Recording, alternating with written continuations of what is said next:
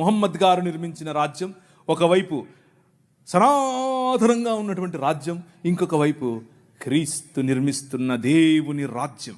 ఈ మూడు రాజ్యాలలో ఉన్నటువంటి కొన్ని విషయాలు ఎక్కువ చెప్పను. మిగిలిన రాజ్యాలకు ఈ రాజ్యానికి ఉన్నటువంటి తేడా మీ స్క్రీన్ పైన చూస్తున్నట్లుగా, ఆ రాజ్యం ఏ చేతి సహాయం లేకుండా తీయబడినటువంటి రాయి ఇంతింతై మహాపర్వతమై ప్రపంచములో ఉన్న శక్తులను, అంధకార సంబంధమైన దురాత్మ సమూహముల నుండి మనం విడిపించటానికి కొలస్సీలకు రాసిన పత్రిక 1వ అధ్యాయం 18 నుంచి చదువుతూ వెళితే వచ్చే సారాంశం ఇదే. ఆ ప్రభువు భయంకరమైనటువంటి వైలెన్స్కు ప్రతీకగా ఉన్నటువంటి సిలువను హీ ఫ్లిప్డ్ ఇట్. దాని మీద కాలేసుకుని కూర్చుని మరణం. అందరూ అనుకున్నారు 3 మేకులు పీక్కోలేడు. 3 మేకులు పీక్కుండేది కాదు, మనుష్య సమాజానికి పట్టినటువంటి పాపం అనే మేకును, ఆ మేకుకున్న ముళ్ళు, మరణం అనే ముళ్ళును విరిచి పారేయటానికి ఆయన సిలువనెక్కాడు.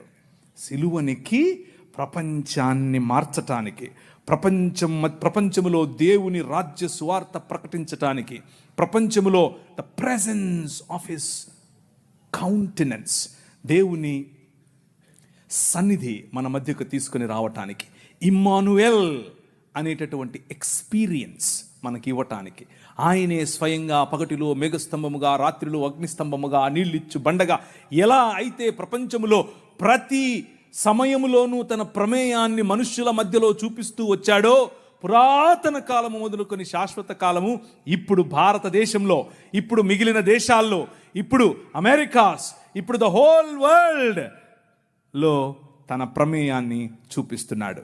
ఆయన ప్రెజెన్స్, ఆయన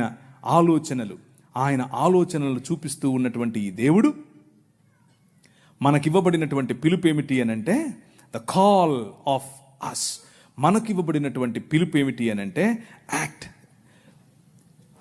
మనం న్యాయమును జరిగించాలి, కనికరమును ప్రేమించాలి, అలాగే దీన మనస్సు కలిగి జీవించాలి. ఇదే మనకు పిలుపు. నువ్వు బలులు ఇస్తావా, నువ్వు నీ కొడుకునిస్తావా, నువ్వు నూనె నువ్వు గొర్రెలు ఇస్తావా అని మతం చెప్తూ ఉంటే, మనుష్యుడా అది కాదు నేను అడిగింది. 3 ఏమడిగాను? న్యాయమును జరిగించుటయు, కనికరమును ప్రేమించు. మీకా గ్రంథం నుంచి చెప్తున్నాను. కనికరమును ప్రేమించుటయు, దీన మనస్సు కలిగి నీ దేవుడైన యెహోవా ఎదుట జీవించుటయు. ఇంతే కదా నేను అడుగుతోంది. That is my Kingdom. నా రాజ్యం అదే. ఆ రాజ్యం నీవు స్థాపించాలి. ఆ రాజ్య స్థాపనలో